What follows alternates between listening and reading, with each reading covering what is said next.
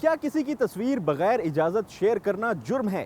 کیا what's app پر forward کیا گیا میسج بھی قانونی مسئلہ بن سکتا ہے؟ اور اگر کوئی فیس بک یا ایکس پر آپ کو دھمکی دے تو قانون کیا کہتا ہے؟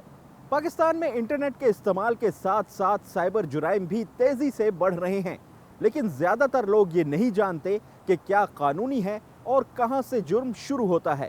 آج کی ویڈیو میں ہم آسان الفاظ میں سمجھیں گے کہ پاکستان کے سائبر کرائم قوانین کیا کہتے ہیں۔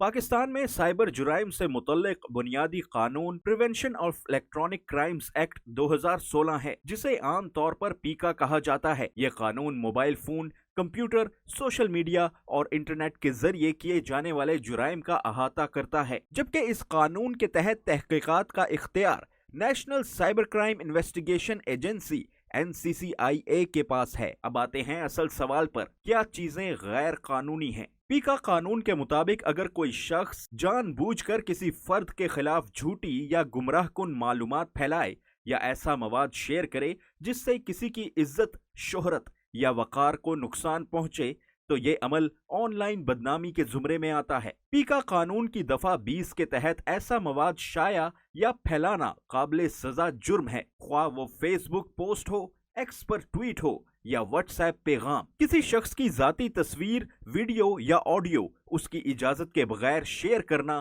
وائرل کرنا یا اس کی دھمکی دینا قانون کے مطابق ایک سنگین جرم ہے۔ پیکا کی دفعہ 21 کسی فرد کی نجی زندگی، عزت اور وقار کے تحفظ سے متعلق ہے اور خاص طور پر خواتین کے خلاف ایسے جرائم میں قانون سخت سزا کی اجازت دیتا ہے۔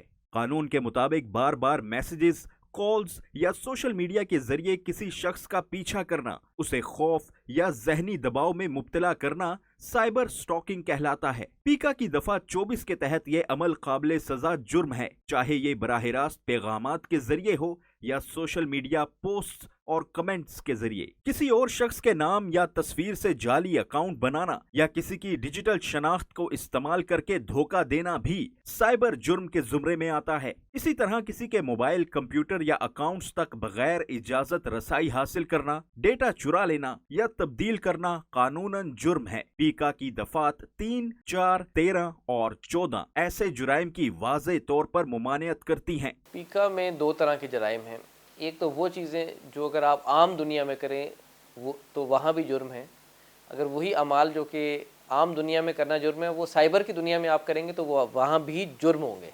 مثال کے طور پہ کسی شخص کی حد کی عزت یا اس کی عزت و آبرو سے کھیلنا، اگر آپ یہ بات زبانی کسی کے سامنے بیٹھ کے، محفل میں بیٹھ کے، پرنٹ میڈیا میں کریں تو وہاں بھی یہ جرم ہے، اور سائبر کے ذریعے سے آپ کسی کی حد کی عزت کریں تو وہ وہاں بھی جرم ہے۔ پھر دوسرے وہ جرائم ہیں جو سائبر کی دنیا سے مخصوص ہیں، مثلا سپیمنگ، سپوفنگ، کسی کی جو ڈیجیٹل اس کا لیپ ٹاپ یا فون کا پاسورڈ کریک کر کے اس کے ڈیوائس میں یا اس کے سسٹم میں گھس جانا، تو یہ ایک ایسا جرم ہے جو کہ خاص سائبر کی دنیا سے مخصوص ہے اور یہ بھی پیکا کے تحت آتا ہے۔ یہاں ایک اہم نقطہ سمجھنا ضروری ہے۔ قانون کے مطابق اختلاف رائے، سیاسی یا سماجی تنقید اور عوامی معاملات پر اظہار خیال جرم نہیں ہے، البتہ اگر یہ اظہار بدنامی، نفرت انگیزی یا ہراسانی کی شکل اختیار کر لے تو قانونی کارروائی ہو سکتی ہے۔ جھوٹ پہ مبنی تنقید کرنا جرم ہے، لیکن سچائی پہ مبنی سیاسی تنقید کرنا پیکا کے تحت جرم نہیں ہے۔ اس حوالے سے سیکشن 20 کے الفاظ بڑے واضح ہیں، میں پڑھ دیتا ہوں آپ کے سامنے۔ Whoever intentionally and publicly exhibits or displays content which he knows to be false، یعنی جب آپ ایسا مواد شیئر کریں جس کے بارے میں آپ کو یا علم ہے یا آپ کو علم ہونا چاہیے تھا کہ یہ جھوٹا ہے اور اس سے کسی پر کی عزت میں کمی آتی ہے تو یہ جرم ہے۔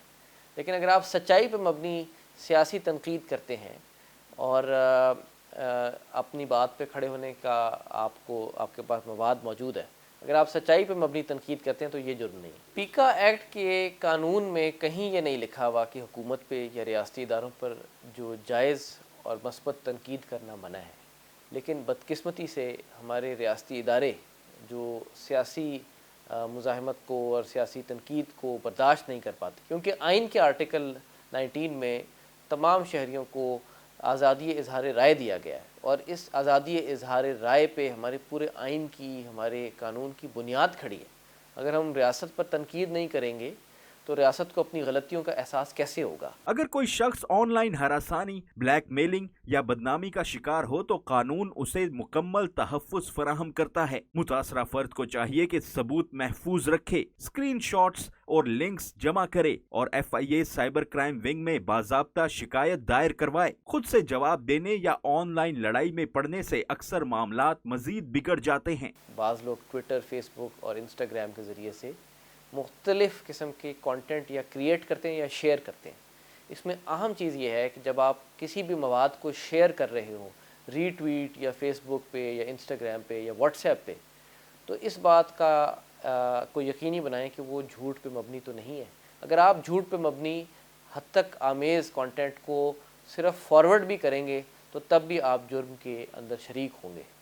اس لیے یہ نہیں ہے کہ ہم کسی کے لکھے ہوئے واٹس ایپ میسج کو اگر شیئر کر دیں گے تو اس کے جرم کی ذمہ داری ہم پہ عائد نہیں آتی۔ جب ہم اس کو شیئر کر رہے ہیں، ہم اس کی تشہیر کا حصہ بن رہے ہیں، تو پھر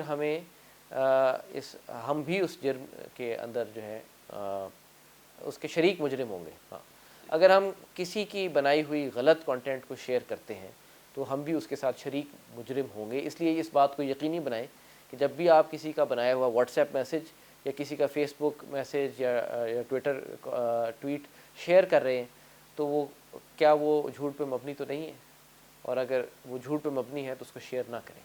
اکثر افراد غیر تصدیق شدہ پوسٹس فارورڈ کر دیتے ہیں، پرائیویٹ چیٹس کو پبلک کر دیتے ہیں یا بغیر ثبوت الزام عائد کر دیتے ہیں۔ قانون نیت کے ساتھ ساتھ اس عمل کے اثرات کو بھی دیکھتا ہے اور یہی اثرات کسی معاملے کو جرم بنا سکتے ہیں۔ انٹرنیٹ آزادی کا ذریعہ ہے، لیکن آزادی کے ساتھ ذمہ داری بھی آتی ہے۔ پاکستان کے سائبر قوانین خاموشی کو نہیں، جرم کو نشانہ بناتے ہیں۔ بولنا جرم نہیں، بدنام کرنا ہے۔ اختلاف رائے جرم نہیں، نفرت پھیلانا ہے۔ قانون کو جاننا خود کو محفوظ رکھنے کا پہلا قدم ہے۔